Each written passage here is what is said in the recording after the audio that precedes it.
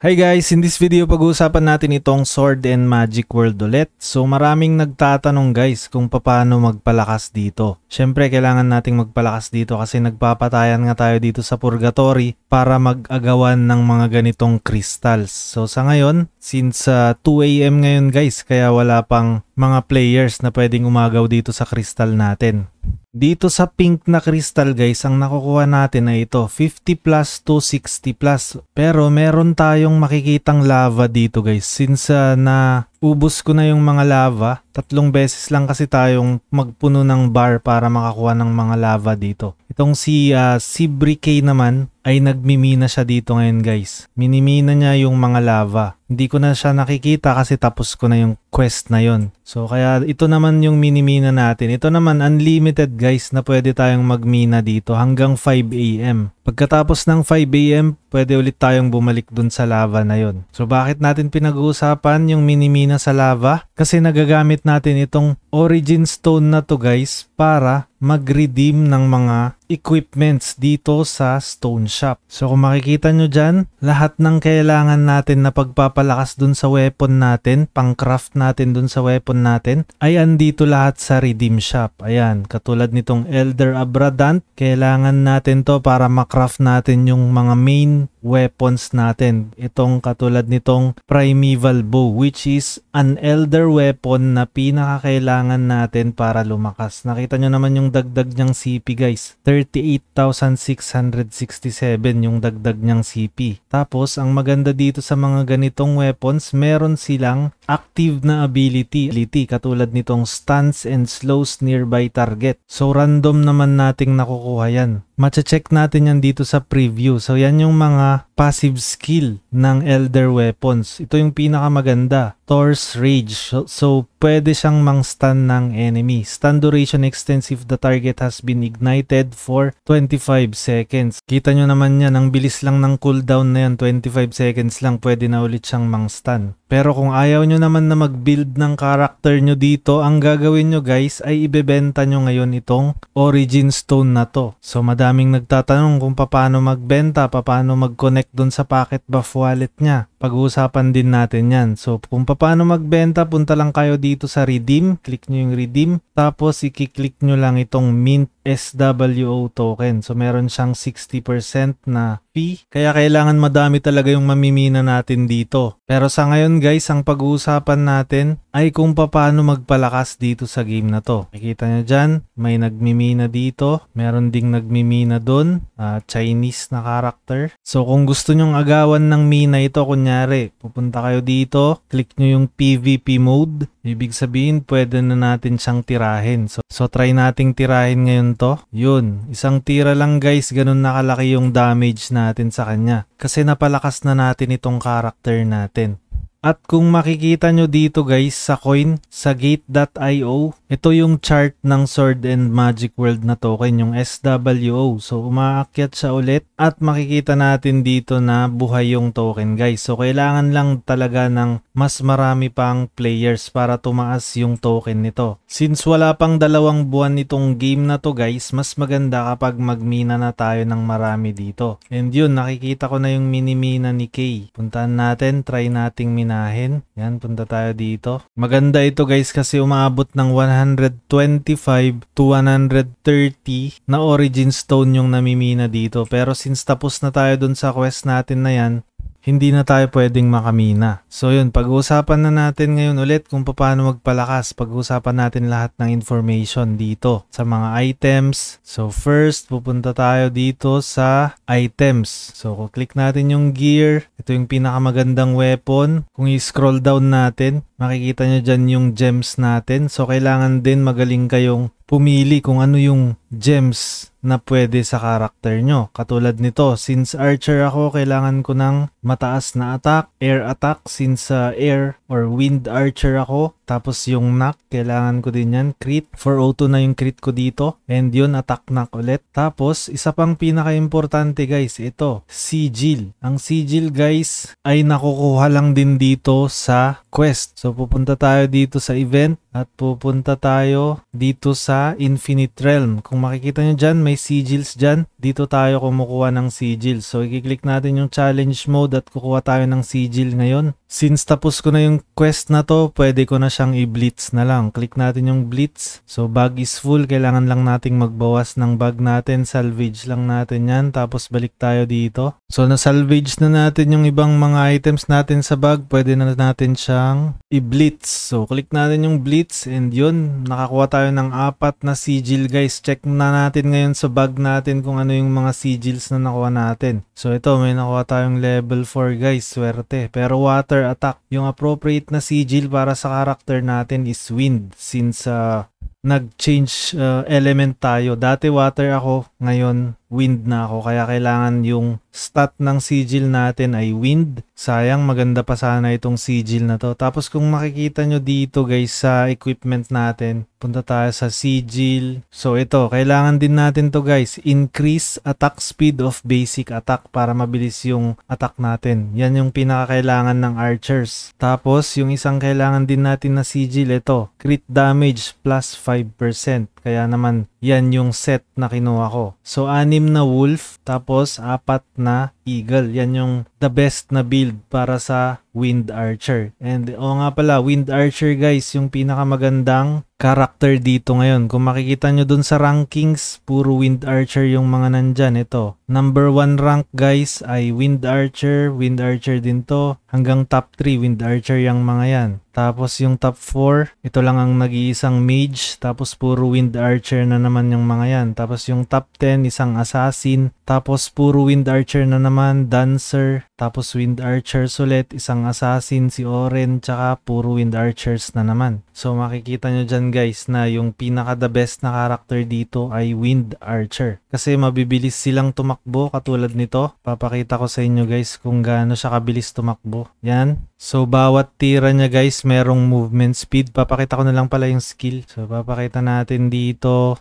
So ito, each time you release the skill, 1 stack of windwalk will be added. Movement speed plus 50% yan for 6 seconds. Mahihirapan ngayon yung kalaban nyo na habulin kayo dun sa war, dun sa PvP. Kasi heater talaga itong wind archer na to. Unlike dun sa water archer. Itong water archer na element ko dati, mabagal siya guys. Pero matibay yung mga yun kasi para silang tank na archer. Click natin tong isang skill. Yan, movement speed ulit, 100% guys. Tapos ito may movement speed din dito guys. Hanapin natin. Ito, greatly increases movement speed and shoots an arrow to the target. So may movement speed na naman yan.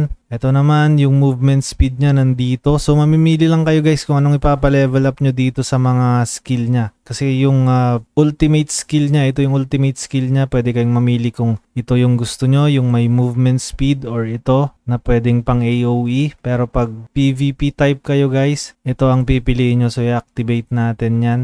Movement speed plus 100% yan guys kapag nag-i-skill kayo. So subukan natin. Ito, subukan natin dito sa demon. Click natin yan, tapos titirahin natin siya ngayon ng SS natin yun. Ganun kabilis guys. Yun yung movement speed niya. Mahirap habulin yan dun sa war, dun sa faction war, sa guild war, o kaya sa battlefield. So ito yung mga pwede nating gawin dito guys. Dito talaga ako nag-enjoy sa faction war, battlefield. Pwede din dito sa ladder, may arena din sila. Saka itong guild versus guild. So subukan natin mag-arena guys. Kalabanin natin itong si Steve. So i-challenge natin siya. Ayan na, magpi-PVP na kami. Click natin yan para mag-bot siya. So ayan, nagpi-PVP na sila guys. Itong si Steve guys, medyo malakas to. Malayo yung power score ko sa kanya. So kaya matatalo niya ako dito. Pero makikita nyo kung gaano kabilis ito. Lalo na pag hinahabol siya ng mga assassin. Ito kasi wind archer din to eh. Kaya hindi nyo makikita kung paano yung pagtakbo natin dun sa mga assassin. Kasi wind archer din siya. So ayan, matatalo na tayo guys. Malakas talaga tong Steve na to. Yun, natalo tayo. Pero nakita nyo naman guys yung movement speed niya. So yung kinalaban natin kanina si Steve, i-compare natin yung stat niya sa stat ko. So yan, kung nagbi-build nga pala kayo dito guys, gayahin nyo lang yung mga malalakas. So compare stat kayo o kaya tignan nyo kung ano yung mga gems na nasa weapons nila, gagayahin nyo yan. Kung ano yung mga pinapalakas nila kung crit damage ba, crit damage reduction ba. Gagayahin nyo din yan. So, i-compare stat natin. So, ito yung pinakamahalaga na palalakasin natin. Yung attack, itong air damage, itong impale. 267 lang yung impale ko. So, sobrang baba para sa isang wind archer compared sa kanya na 1.8. Mahirap kasing maghanap ng sigil guys na impale. Sa sigil din kasi natin makukuha yung impale guys. Tsaka itong ibang stat dito na kailangan natin katulad nitong strength. Sobrang taas ng strength niya. Sa sigil din yan makukuha. So, titignan natin yung equipments niya guys. Ipapakita ko sa inyo kung ano yung sigil niya. So, yan, naka-crush siya. Back natin. Yung ibang weapons niya makikita natin. Ayun, may impale siya dito plus 34. Ito, napakaganda nung sigil niya guys. Percentage. Ito nga pala yung ipapriority nyo guys kapag nakakuha kayo ng mga items. Dapat yung percentage. Mas maganda yun na i-combine dun sa mga items nyo na parang ganito, def plus 18, tapos mas tataas pa yung def niya kasi meron siyang plus 25.56%. So ma-amplify niya guys yung def kasi percentage na yung increase niya. So close natin yan. Yun din pala yung mahalaga guys. Kailangan natin ng mga percentage. Katulad nito, dodge plus 25%. Yan yung mga ginagamit ng mga malalakas dito. And ito guys, gear def 40.67%. Sobrang taas ng percentage niya. Ito din, damage taken guys, minus 8% under rage status. So, ganda ng binibigay nitong primeval ring na to. Water resistant guys, plus 2%, parang relo. Water resistant, 2%. HP, 11.62%. Yan yung pinaprioritize niya, mga percentage na items. Katulad ng crit damage na to, plus 3.19%. Def, plus 7.41%. Compared dun sa mga gears ko na hindi pa kasi masyadong kompleto, wala pang masyadong percentage. Nakita nyo tong mga to, plus 360 crit. Mas maganda yan kapag plus crit na may percentage. Tingnan natin dito sa previous stats. So ito dapat yung makukuha natin na mas maganda. Attack na 9.38%. Maganda yan. Air knock na 1.6%. Maganda din yan. Compared dito sa crit ko na hindi percentage. So kung ano yung mga kulang sa stats nyo guys, meron naman tayong gems para punan niya yung mga kakulangan ng stats natin dito sa mga equipments natin, dito sa mga gears natin. Ito pa, isa pa sa pinakamahalaga ay yung boost. So kailangan nating i-boost yung weapons natin katulad nito, T6. So yung mga ibang items natin kasi T1 siya muna. Kaya ang kailangan natin ay itong adamantite. Sobrang kailangan din natin yan. So saan nga ba makukuha ito? Makukuha natin siya sa faction war. So kapag lagi kayong nakikipag-war, everyday naman yan pwede. Start ng 12 PM daily. Kikita nyo naman dyan. Hanggang 12 midnight, magkuklose na yung faction war. So every time na makikipag-faction war kayo guys, ang makukuha natin dyan ay 50 na adamantite. Tapos i-exchange natin siya ngayon dito sa PvP. So yan, i-exchange natin siya dito. Ito yung makukuha natin, Vital Origin dun sa faction war. Tapos makakakuha din tayo ng Blood Oath badge. Tapos i-exchange lang natin dito. So everyday 50 yung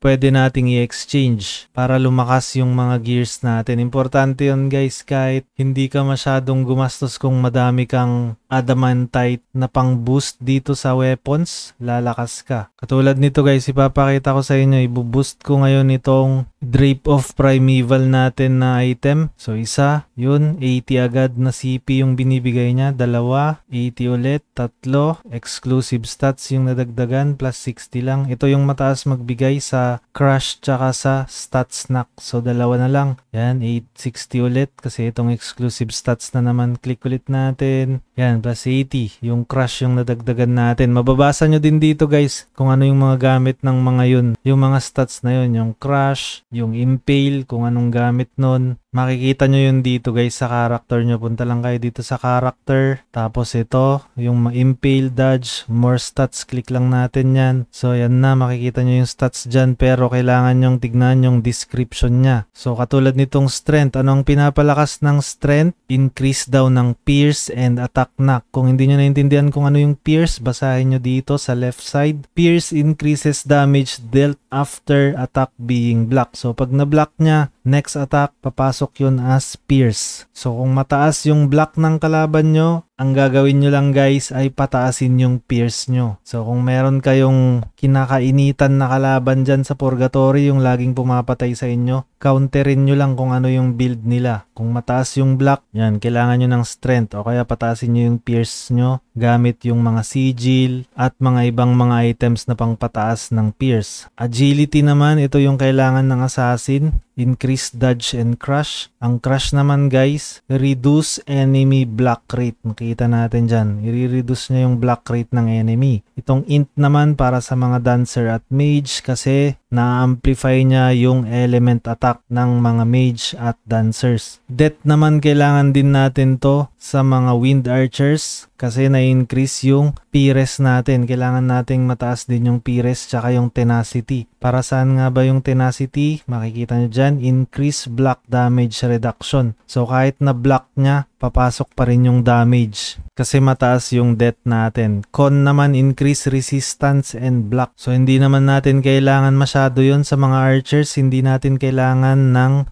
block kasi hindi naman tayo yung makikipagbakbakan. Hitter lang tayo guys, likod lang tayo. Yun nga lang kapag may ka 1-on-1 kayo guys, dun nyo na kailangan ng block.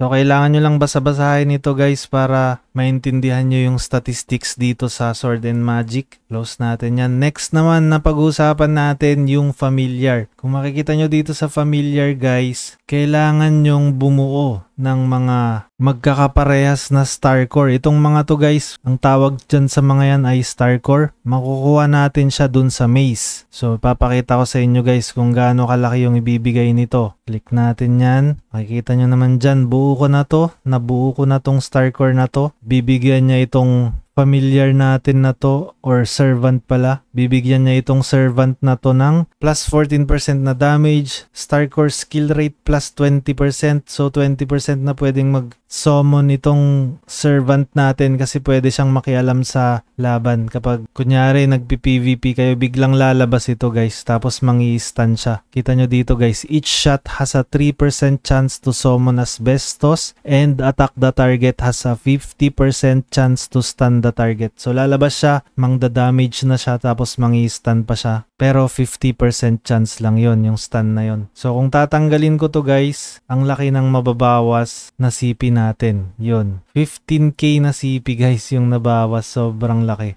Kasi hindi nabuo yung apat na ganitong sign. So pag ibabalik natin guys, yun, nabuo na ulit yung sign na yun. Plus 15% na CP. Sobrang laki. Pero dapat magkakaparehas sila. Makikita nyo to, puro Tauros yung nandito sa servant natin na tong si Asbestos. Ito naman, hindi pa natin siya buo. So magkakaiba pa. Kailangan apat. Pero yung maganda dito guys, meron na akong plus 6 na star core. So i-ups ko nga pala ito guys. Papakita ko sa inyo kung magkano yung may dadagdag niya. Plus 6 na to, kaya kailangan natin ng protection. Ito, nakukuha lang din natin itong protection na to dun sa Apok Maze. Papakita ko din kung saan nakukuha tong mga star core na to. Papakita ko yung maze na yun, yung pinagkukuhanan ko ng star core. Sa ngayon, i-enhance muna natin. Kapag hindi kasi natin ginamitan ito ng protect, mababasag yun guys. Sayang yung plus 6 natin. Kaya ipoprotect natin tapos dadagdagan natin siya ng success rate. So dagdagan natin hanggang sa maubos lahat itong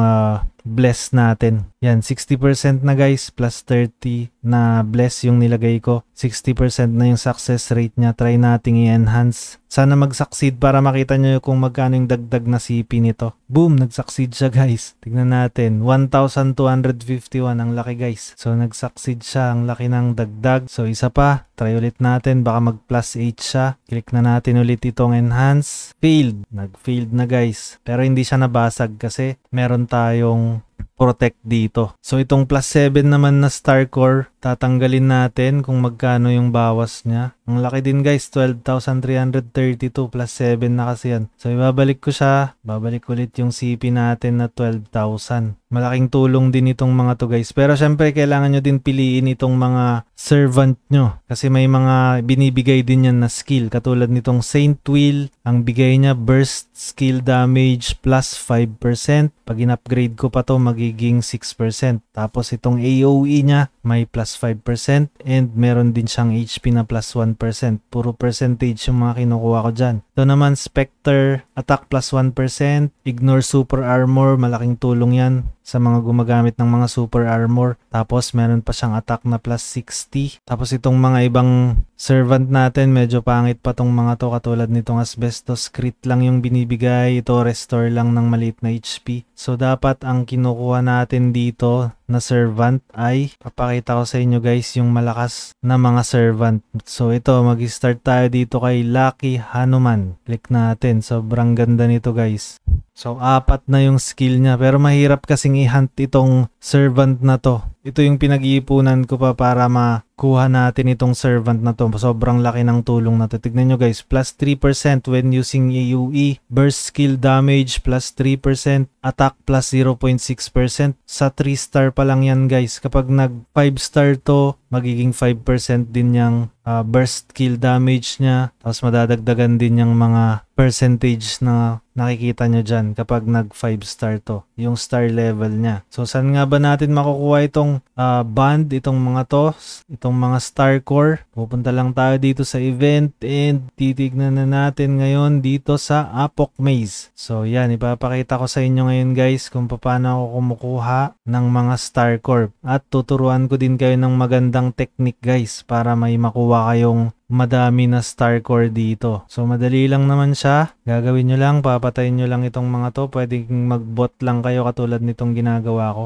Binobot ko lang siya. Click, click, click lang na ganyan. Papatayin nyo lang lahat yung mga nandyan. And victory. So pag nasa boss na tayo, dun na siya maglalaglag ng mga star core or yung bless or yung protection. Depende sa ilalaglag niya. So ayan guys, malapit na tayo dito sa boss. Konti na lang.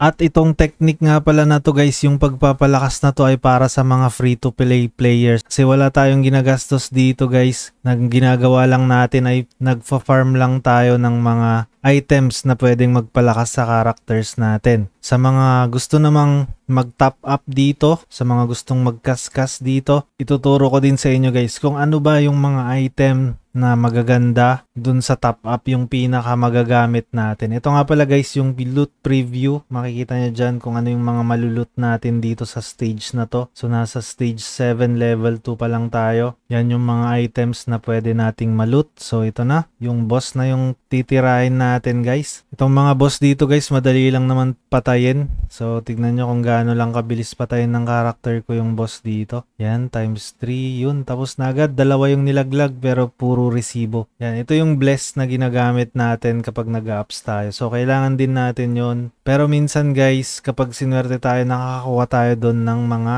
star core katulad ng mga nandito. Tapos itong chest na to guys, tuturo ko din sa inyo kung paano kunin yung 4 na chest kapag wind archer ka. Sa mga ibang characters, hindi ko alam kung paano kukunin yon. So abangan nyo guys, paano ko kukunin yung 4 na chest dyan. Para 4 kaagad na star core yung makukuha natin. Ayan guys, yung mga sinusomon ng character ko, kung nakita nyo yun, yun yung servant. Ayun, may sinomon na naman siya guys. So tatapusin ko lang ng mabilisan ito para makita nyo kung paano natin kukunin yung 4 na chest. So ito na guys yung chest, i-click na natin. So 4 yung makukuha natin dito na star core. Ito na, ipapakita ko na yung technique. So ang first na gagawin natin guys ay gagamitan natin siya ng skill. Punta tayo sa skill. Tapos gagamitin natin itong spin kick. So i-activate lang natin yan para magamit natin yung spin kick kasi titirahin niya yung 4 na yan. Once na na-open kasi yung isang chest dito guys, matatapos na to. Mag-e-end na siya. So hindi na natin makukuha yung 4. Kaya yun ang gagawin natin. Spin kick para sabay-sabay silang mabuksan. So yan, kalahati na. Next na gagawin natin, babawasan lang natin itong mga box hanggang sa lumiit yung HP. Ayun, tumalon yung servant natin kaya medyo nakakatakot yun. Baka mapatay niya yung chest, mabuksan niya. So yan, ganyan lang kalaki guys. Tapos next natin, yung isa pang chest. Ganun lang ulit dapat kalaki. Nakakatakot din kapag nagkikrit. Yun, lumabas ulit yung servant natin guys, tinira niya. So meron siyang 10,000 na damage. Ayan, buti na lang hindi masyadong malaki yung damage ng servant na yun kung hindi mabubuksan niya yung chest. Next, pangatlong chest na to, babawas-bawasan ulit natin siya. Sana hindi lumabas yung servant. Sa pa, 39k na crit, pwede na yan. Next na box, yan. Bawasan ulit natin, 1, 2, na natin kung ilang tira. Lumabas ulit yung isang servant natin na summon niya. Buti na lang hindi yun yung damager na servant. So bawas-bawasan natin hanggang sa lumiit yung HP ng chest na to para makuha natin yung 4 na star core. Yan, pwede na yan guys. Kung makikita nyo yung mga HP ng mga chest natin, ang liliit na, kayang-kaya na siyang SS-an nitong spin kick. Ultimate natin to guys. Yan na, makukuha natin 4 na star core. Ay, 2 lang. Sayang bitin. So, hindi nag-crit kasi guys, kaya hindi nakuha yung 4. 2 lang yung nakuha niya. Pero at least nagkaroon kayo ng idea guys kung paano yung technique dun sa 4 na chest na yon. So, tapusin lang ulit natin to tapos pupunta na tayo sa boss. So far wala pa kayong nakikitang nahuhulog na star core. Sana may mahulog na star core dito para makita nyo. Ayan, puro blessing pa rin yung nakuha natin. So walang nahulog na star core, baka malas ko ngayong araw na to. Tutuloy ko ulit yan mamaya. Ang next na pag-uusapan natin guys is yung about dun sa mga nagta-top up. Ayun, swerte may 2 chest. Itong 2 chest na to gagawin ulit natin yung technique natin na yun mamaya. Pero nag-gets nyo naman na yung idea kung paano makuha yung 4 na chest. Ngayon naman pag-uusapan natin yung top up. Ito, pupunta tayo dito sa level fund tapos sa recharge. So makikita nyo dito yung recharge. Alam nyo, makikita nyo na dito kung magkano yung mga pwede nyong i-recharge. Yung trust time guys, nagagamit yun kapag gusto nyong mag-AFK grinding. So pupunta kayo dito sa settings tapos kunyari ibobot nyo yung character nyo dyan. I-click nyo lang itong bot.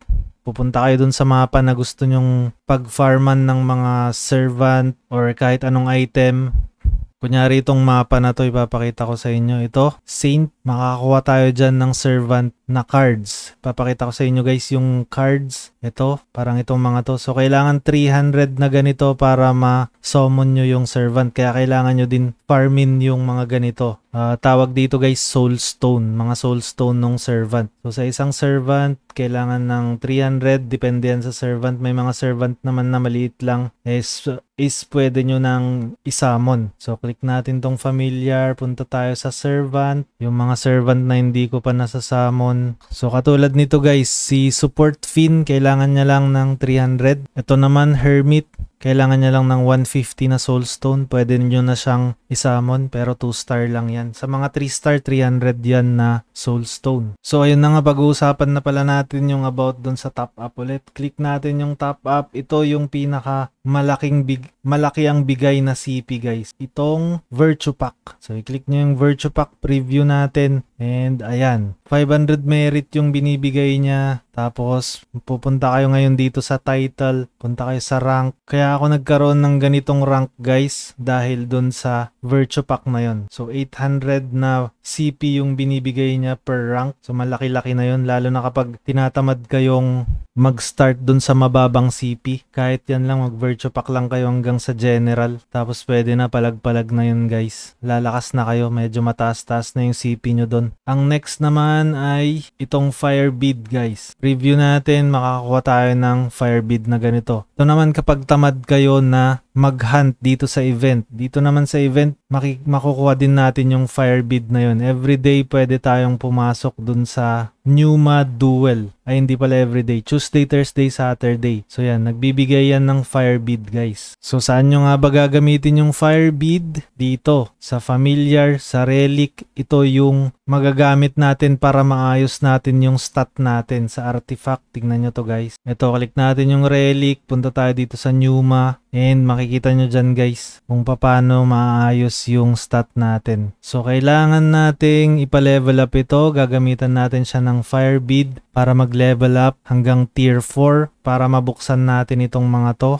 Para makapili tayo ng stat. Katulad nitong ginawa ko, puro yellow yan. Pure strength yan guys.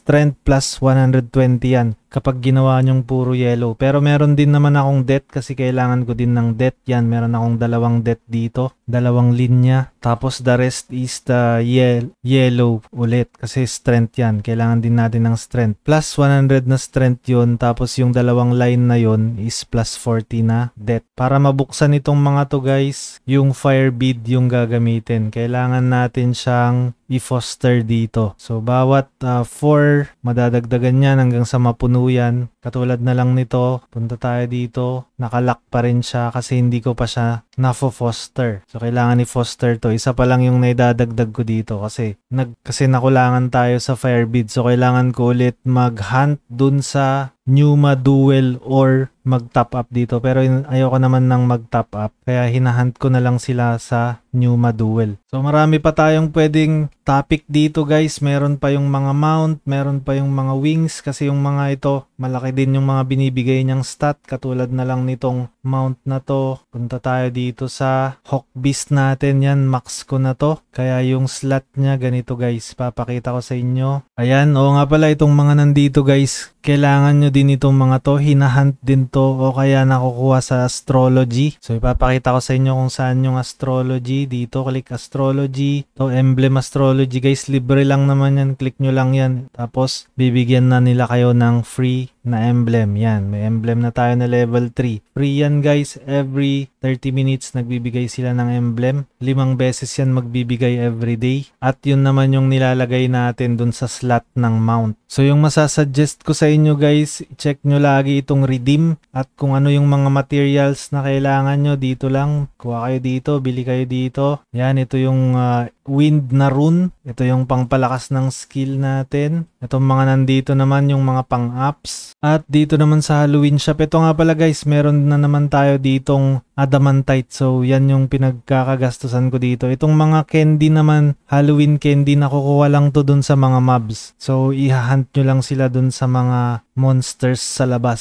So bibili ulit tayo ng adamantite na madami. Yan, click lang. Ito lang yung mahalaga dyan na gamit ng mga candy. Kung may kailangan pa kayong mga items dyan, pwede nyo ding bilhin. Katulad nitong peso. Ito naman yung pang-redeem ng mga sigil guys na high level. So punta tayo sa redeem, scroll down natin, click natin yung sigil. Yan guys, so peso yung ginagamit dyan. So kung gusto nyo ng color gold na sigil, gagamitan nyo lang siya nitong peso. Pero since nahunt naman natin yung mga sigil dun sa Infinite Realm, mas okay nang yung adamantite ang kinukuha natin dun. Punta ulit tayo sa gear guys kasi ibuboost ulit natin to since meron na tayong adamantite ulit. Boost, click natin yan, click, and yun, madagdagan ulit guys, plus 100, isa pa, ayun, pierce, plus 60 yung pierce. So yun, yung gamit ng adamantite. So kailangan nating ma-full ito guys. Click natin yan. So kailangan nating ma-full ito guys para maging T7 na siya. Medyo magastos na sa adamantite kapag ganitong tier. Kapag tier 1 pa lang, isang star yung may dadagdag sa isang adamantite. Pero ngayon 9 na kasi mataas na yung tier nito. At para mag-craft ng weapon guys, papakita ko din para sa inyo kung paano. Yan, Mythic Set Elder. Ito yung kailangan natin ng mga items sa Elder. Pag gusto nyo ng bow na ganito, yung primeval katulad ng bow ko, kailangan nyo ng 40 na ganyan, 15 na ganyan, Elder Spirit, tsaka 500 na Elder Abradant. Mariredeem nyo lahat yon gamit itong Origin Stone. Nandito yung mga items na yun guys. Ito yung Abradant, tapos ito naman yung Elder Spirit, tapos yung isa ito yung Elder Claw.